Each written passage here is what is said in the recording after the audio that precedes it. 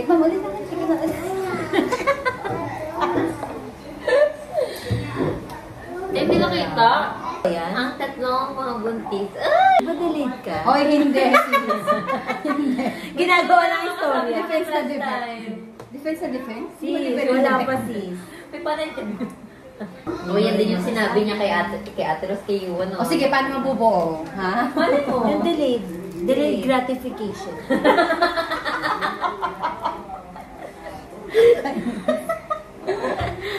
Ay, nako. Ate ka mo? Ate ko may akin. Ayun. Ang ate mo? Ay, Starbucks sis. Wala pa. Parang mga tinong. No? Hazelnut coffee. Spanish latte. Ang sarap talaga. Ice latte. Mga hangul. Okay naman siya. Hindi, pero minsan may mga times na matutulala ka, tapos may isip mo naman. Ano Siguro na, pag yung nandito, negative na part. yung parang bakit ka napunta dito sa ano na to? Sa Sitwasyon. Evaluate mo yung sarili mo. Podcast ko. Dapat may matutunan ko dito. Kaya pala yung kunyari, yung mga ano, yung may mental health issues, natutulog na lang. Just to escape. Kaya nga daw binibigyan sila ng medication at yung kay Carlo. Yung hindi naman siya nakakatulong ng depression eh, pero ano siya, patutulugin ka niya para kumalma yung utak mo, para hindi ka mag-iisip na mag-iisip. Kalata. Itim mo. Ang tanong din sa akin ni Pastor Jeff kahapon, lagi ka bang ganyan pag buntis ka? Na? Ang parang nade-depress or nade-down pag buntis. Nalala ko kay Aaron nun. Grabe din yung anxiety ko nun. Kasi nga bed rest.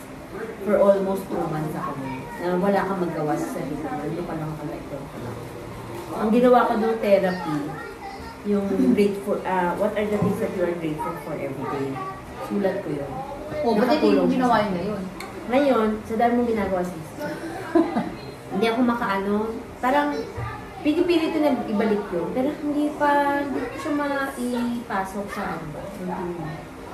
So, yun. Sinulat ko kahapon yung mga bagay, yun nga, yung mga immediate solutions natin, yung magsimba, Yan, yun muna. me Basta time, lang kasi. yung me time na every Wednesday or Thursday, basta parang sabi ko parang, kung hindi ko man, tatamarin man ako, parang i-push ako ni Tony, yun yung gagawin. Or labas tayo, tayo yun. Pwede naman, libre mo lang. O, parang kasi, halabas din siya. Siya mag-drive. Ikaw ba may me time ka pa ba? Pag nandito na. Yung tulad na ginagawa mo sa bahay, yung me time. Wala. Parang pinaka-me time ko na yung nag-grocery. Me time Saka kasama yung- mo sila. Hindi, yung panonood ko ng kay drama. Yun lang. Kasi minsan pagka yung sa gabi, maaga akong makakit, nanonood ako ng kay drama. Isa din napapaisip ako na, minsan napapaisip. Naisip ko din minsan na,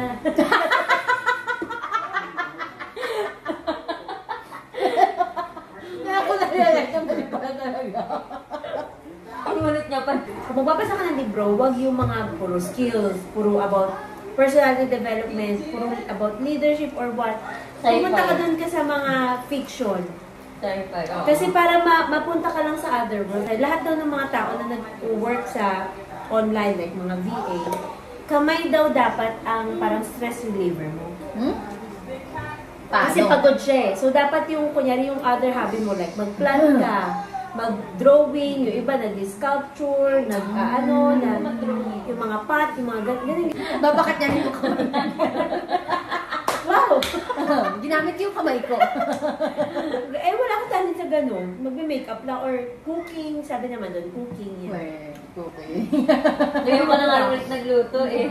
Sabi ko nga sa kanya, iba yung impact ng pagbubuntis ni Tuchay ngayon. Kasi Napapagluto siya. Nung nagka-rice cooker na kami, pwede na. Kasi nung dati wala eh. Sa kawali kami nagkakanin. So kung para magkakanin ka pa, nililipat mo pa, tapos nagluto ka naman. So wala, air fryer ang ulam. Ayun, na ano naman. mga tangat man tayo ng content, nagka-rice cooker. Ang iniisip ko minsan, kung ayaw kong piniflex yung lahat ng nangyayari sa buhay namin sa social media ko, sabi ni Tony, doon mo i-post sa Tony and Rose.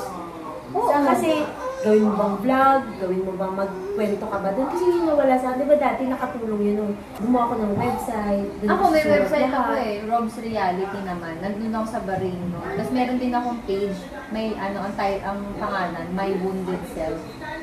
Doon ko sinusulat lahat. Tapos dumami Oo. yung mga followers ko din doon. Kasi nagpo-post ako ng mga experiences ko, ng mga depression ko, tapos kung paano ko siya i-overcome. So, ang dami nagpo-comment mo, hindi ko na kilala. Tapos anonymous ka lang doon. Oo.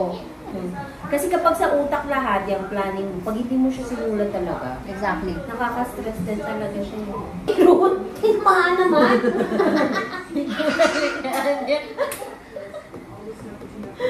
Hot! No.